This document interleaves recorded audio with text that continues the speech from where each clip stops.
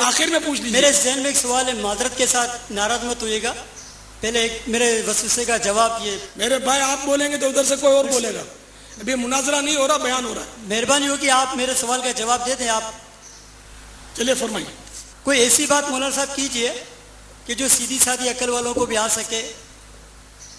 کیا کبھی کوئی آدمی بھی مردے زندہ کر سکتا ہے؟ یا آپ اتنی ساری باتیں بتا رہے ہیں تو کیا اپنی طرف سے بیان کر رہے ہیں, کیا قرآن سے یہ باتیں ثابت ہیں؟ میرے بھائی میں زیادہ پڑھا لکھا تو نہیں ہوں, لیکن اتنا ضرور پتہ ہے کہ اولیاء کرام کو جو بھی تصرفات دیے گئے وہ اللہ تعالیٰ نے عطا کیے. اب مردہ زندہ کرنے کی بات کرتے ہیں تو اگر میں قرآن سے ثابت کر دوں تو کہ اللہ کے سوا کوئی اور بھی مردہ زندہ کر سکتا ہے, مان لو گے؟ قرآن میں ہے کیا؟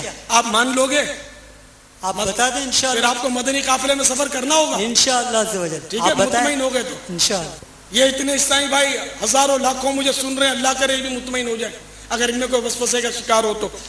نہیں انشاءاللہ میں آپ کی طرف سے سب سے کہتا ہوں کہ انشاءاللہ تو یہ سب قافلوں میں سفر کریں گے. آپ مہربانی کر کے قرآن سے بتا دیں کس کس کو وسوسے ہیں, ذرا ہاتھ کھڑا کر کے بتائیں.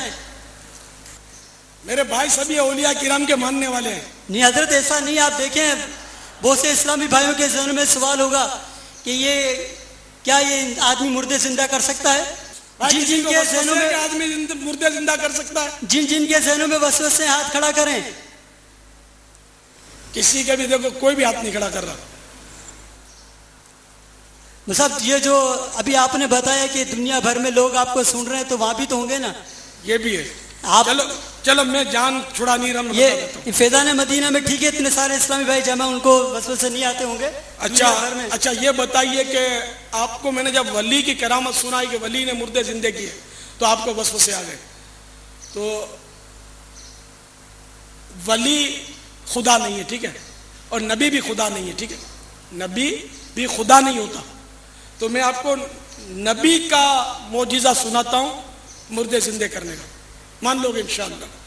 تو آپ سورہ لکھ لو, پارہ 3 سورہ آل عمران آیت نمبر 49. حضرت سیدنا عیسیٰ روح اللہ علیہ نبینا علیہ الصلوۃ والسلام کا ارشاد قرآن پاک نے نقل کیا. ابرئ الاکمہ والابرص واحیی الموتى باذن اللہ. ترجمہ کنز الایمان, میں شفا دیتا ہوں مادر زاد اندھوں اور سفید داغ والے کو, اور میں مردے جلاتا ہوں اللہ کے حکم سے. آپ کسی بھی عالم سے پوچھ لیں کہ میں نے اگر ترجمہ غلط کیا ہو. قرآن پر تو ایمان لائے ہیں الحمدللہ. سمجھ میں آ گیا آپ کی؟ الحمدللہ ماشاءاللہ بہت جلدی سمجھ میں آ گیا. تب کتنے دن کے قافلے میں سفر کریں گے؟ آپ حکم فرما دیں انشاءاللہ. 12 دن کے انشاءاللہ قافلے میں. میں 92 دن سوچ رہا تھا انشاءاللہ 92 دن مدنی قافلے میں سفر. انشاءاللہ. تو میرے پیارے پیارے میٹھے میٹھے ہیں بھائی, غوث پاک کی کرامتیں یا اولیاء کرام کی جو بھی کرامتیں ہیں نا, یا اولیاء کرام کا دینا, مدد کرنا, ان کے تصرفات, یہ سب اللہ کی عطا سے ہوتے ہیں. اسی طرح انبیاء علیہ السلام کے معجزات بھی اللہ کی عطا سے, اللہ نے ان کو قوت طاقت بخشی ہے, اسی سے ہے. اپنے آپ کو ایک ذرہ بھی نہیں دے سکتا. اور اب تو مطلب ہے کہ سائنس نے بھی بڑے کمالات حاصل کر لیے. دیکھیے دور حاضر کا سب سے بڑا سائنسدان آئنسٹائن کہہ گیا, میں نے ریڈیو دوربین کے ذریعے ایک ایسا کہکشاں تو دیکھ لیا جو زمین سے 2 کروڑ نوری سال دور ہے. یعنی روشنی جو فی سیکنڈ 1,86,000 میل طے کرتی ہے وہاں 2 کروڑ سال میں پہنچے گی. مگر جہاں تک کائنات کی سرحدیں معلوم کرنے کا تعلق ہے, اگر میری عمر 1 ملین یعنی 10 لاکھ برس ہو جائے تب بھی دریافت نہیں کر سکتا. اور سائنسدان کے برعکس خدا رحمان عز و جل کے ولی حضور غوث اعظم رحمت اللہ تعالی علیہ کی نظر کی عظمت و شان دیکھیے. کیا آپ رحمت اللہ تعالی علیہ فرماتے ہیں نظرت الى بلاد اللہ جمعا كخردلة على حکم اتصال، یعنی اللہ عز و جل کے تمام شہر میری نظر میں اس طرح ہیں جیسے ہتھیلی میں رائی کا دانہ۔ حضور یہ ارشاد فرمائیے کہ غیر اللہ سے مدد مانگنا جائز ہے، درست ہے، جبکہ قرآن پاک میں تو ہے ایاک نعبد و ایاک نستعین، جس کا مفہوم کہ ہم تیری ہی عبادت کرتے ہیں اور تجھ سے ہی مدد مانگتے ہیں، تو یہ برائے کرم اس کی وضاحت فرما دیں۔ دیکھیے قرآن پاک میں ایاک نعبد و ایاک نستعین ہے نا، لیکن پہلے عبادت کا ذکر ہے پھر مدد کا تذکرہ، تو اس کے صاف ظاہر ہے کہ عبادت کرنے اور مدد مانگنے دونوں میں فرق ہے، ورنہ یہ یوں ہوتا ایاک نعبد و نستعین کہ ہم تیری عبادت کرتے اور تجھی سے مدد مانگتے، یہ ایک ساتھ ہوتا، لیکن یہ الگ الگ ہے، تو اس سے یہ ظاہر ہو رہا ہے کہ یہ دونوں معاملات الگ ہیں۔ تو صرف ایک آیت کے ہم تجھی سے مدد مانگتے ہیں، ایاک نستعین کے معنی واقعی یہی ہوتا ہے، لیکن اس کے جو معنی آپ نے سمجھے یہ یوں درست نہیں ہے کہ دوسروں کی مدد کی اس میں نفی نہیں ہے، ایاک نستعین تجھی سے مدد مانگتے ہیں۔ اب اس کا مطلب ہے کہ ہم کسی سے مدد نہیں مانگ سکتے، اگر یہ معنی لیا جائے تو بہت حرج واقع ہو جائے گا۔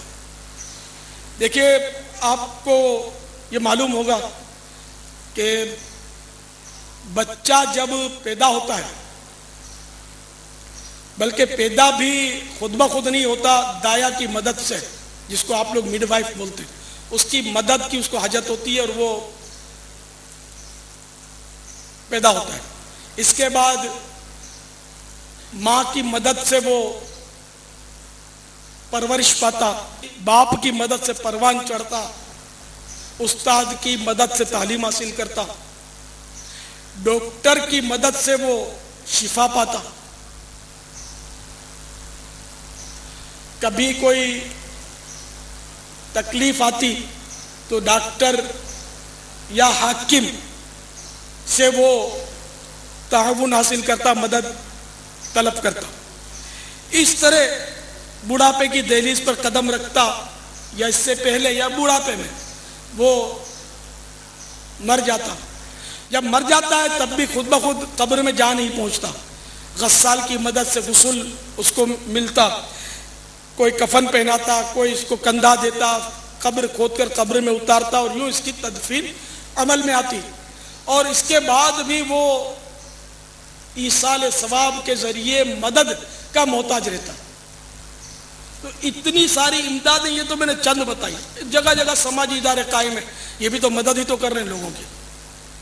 بلکہ جس شہر میں آپ اس وقت بیٹھے ہو نا، باب المدینہ، اس میں کیا آپ نے نہیں دیکھا کہ جگہ جگہ وہ سائن بورڈ لگے ہوئے، مددگار، پولیس مددگار، پڑھا ہے نا آپ نے؟ تو پولیس مددگار، تو اگر کیا یہ قرآن آیت کے خلاف ہو گیا؟ تو اس لیے ایاک نستعین کہ ہم تجھی سے مدد مانگتے ہیں، اس سے مراد یہ ہے ذاتی طور پر اور حقیقی معنوں میں اللہ تعالی ہی مدد کرتا ہے، اور اللہ تعالی کی عطا سے دوسرے بھی مدد کر سکتے ہیں اور کرتے ہیں۔ اللہ کرے دل میں اتر جائے میری بات۔ حضور یہ بات تو سمجھ نہیں آتی کہ کچھ لوگ دنیا سے چلے جائیں اور ان سے مدد مانگی جائے، کچھ عجیب سا نہیں لگتا؟ یہ میرا موضوع ابھی یہ چل رہا ہے، یہ ادھورا ہے۔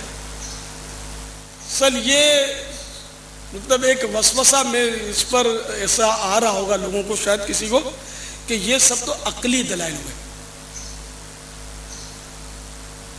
یہ میں نے بھی سنا ہے لوگوں سے کہ یہ عقلی دلائل، اس طرح کی دلیل ہوتی ہے نا، تو بولتے ہیں عقلی دلیل ہے، شیطان وسوسہ ڈالتا ہے یہ تو عقلی دلیل ہے، تو اس لیے میں نقلی دلیل بھی پیش کر دوں۔ دیکھو نقلی میں نے جعلی نہیں ہے، یہاں نقلی سے مراد قرآن و حدیث کی دلیل۔ قرآن و حدیث کی کئی دلائل ہے کہ ایک آیت جو ہوتی ہے نا، اس میں بظاہر جو تھوڑا تھوڑا جانتا ہوتا ہے وہ یہ سمجھتا ہے کہ بس اب یہ